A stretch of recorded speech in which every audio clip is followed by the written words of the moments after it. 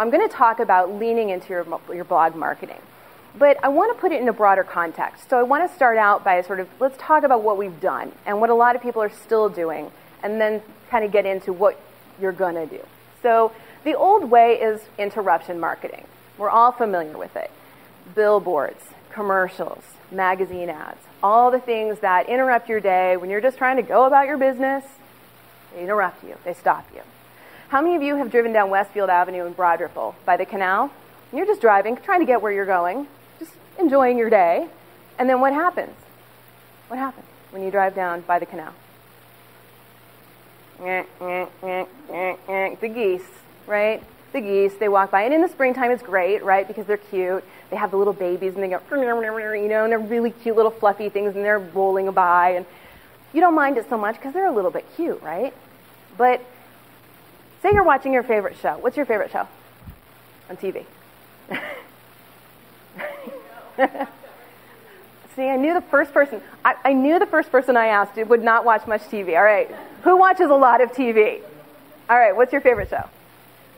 True Blood. All right. So you're watching True Blood, and you're having a great time because it's a great show. I've never seen it.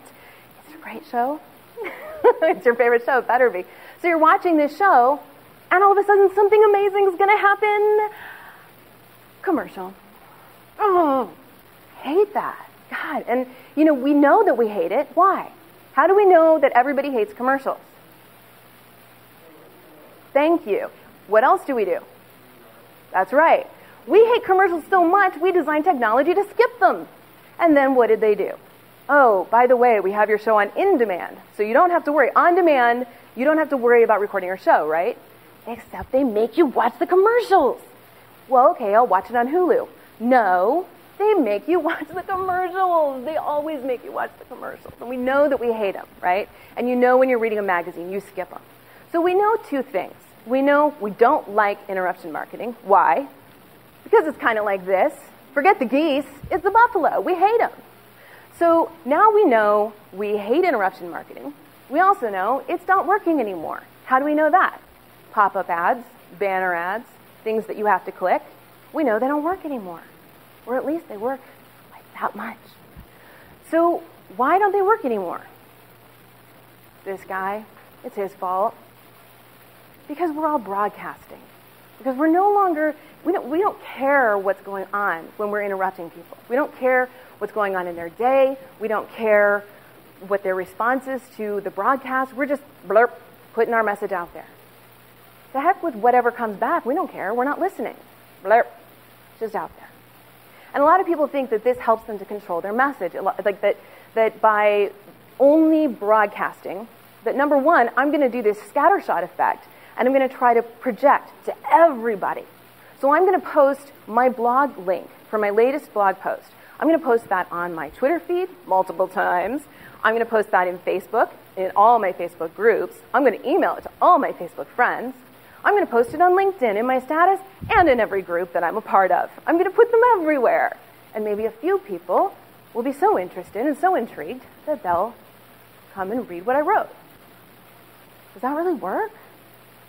No, not really. And then you get frustrated, and then you are disappointed, and you feel like, where are all the people that are supposed to be reading what I've written? I've put this great blog out. They're not coming because you're broadcasting. So what's the alternative? We've done a new strategy, relationship marketing. So what is relationship marketing? It's building a relationship with your audience. It's connecting, because people don't buy or really read from companies or blogs. They buy from people. And they buy from people, I'm guessing you're going to know the rest of this sentence, they buy from people they know, like, and, thank you, trust. They buy from people they know, like, and trust. Because you don't want to spend your money with just anybody, not just randomly. And especially if you're blogging for a business, part of the way that you build the trust for that business is by building up a relationship with your audience, by positioning yourself as an expert. So people buy from people they know, like, and trust. And so that's part of building this relationship, is building that know, like, and trust factor. But you can do it right, and you can do it wrong. What happens if you do it wrong? that guy, Creep Town. I'm falling in love with you and I would like to go on a second date. Ladies, how many of you have gotten marriage proposals on Facebook? It cannot just be me. I know it's not just me. Come on, you know. All right, you're gonna pretend it's not happening to you, but I know that it is. And if you think it's not, check your spam folder. You're all attractive women. It's happening, all right? Check your spam folder on Facebook. Here's what happens. These guys, they send you messages. And it's the strangest thing, because, I mean, you know that they're sending it to, like, everyone. But they say things like, you're so beautiful. And I feel that we could have a real connection. Would you ever consider moving to Zimbabwe? No, Creep Town. I would not. And it's this kind of thing that happens in, believe it or not, networking groups. Now, how many of you go to networking groups? Some? Just a few? Okay, more than a few. All right. So why do you go to networking groups? Why do you go? Like-minded people. All right.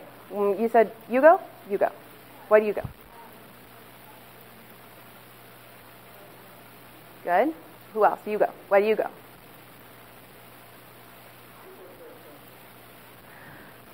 My kindred spirit. Thank you. Now, here's what she said. I go to make friendships. Now, here's the thing. I don't go to networking groups. Ever. And I'm going to tell you why. I used to go. But now I only go when I'm a speaker. Because when I went to networking groups, I would go, and I would go with the intention of getting to know people, with the intention of forming relationships. The problem is when you go into an atmosphere where you have that as your agenda, I want to go and make relationships. And the people at the event have a different agenda, which is, I want to get business, I want to make a sale, I want to, get some sort of, I want to see if there's synergy. Have you ever heard that at a networking group? Let's get together and have coffee and see if there's synergy. You hear that before? See if we can help our businesses grow mutually. I hate that. So, right, don't email me and say, let's see if there's synergy. So you go to these networking events, and maybe you want to make a friend, you want to get to know people, because really it is all about building these relationships. And very quickly, it becomes very difficult, because now you're in a conversation and it's all about the other person. So it's hard to build a relationship. And they're jumping into this territory, right? So this is how you're skipping over a big chunk of the piece of information that you need. So you've got this guy, right? And he's saying, I just had a first date with you. I think I'm falling in love with you. For normal people, there's a whole lot of stuff in between here, right? So, I want to marry you, but I haven't even gone out for coffee with you, really. And that's what it's like when you ask people to do business with you or to become a subscriber or to connect with you in a really engaged way without doing all the stuff in between to forge the relationship.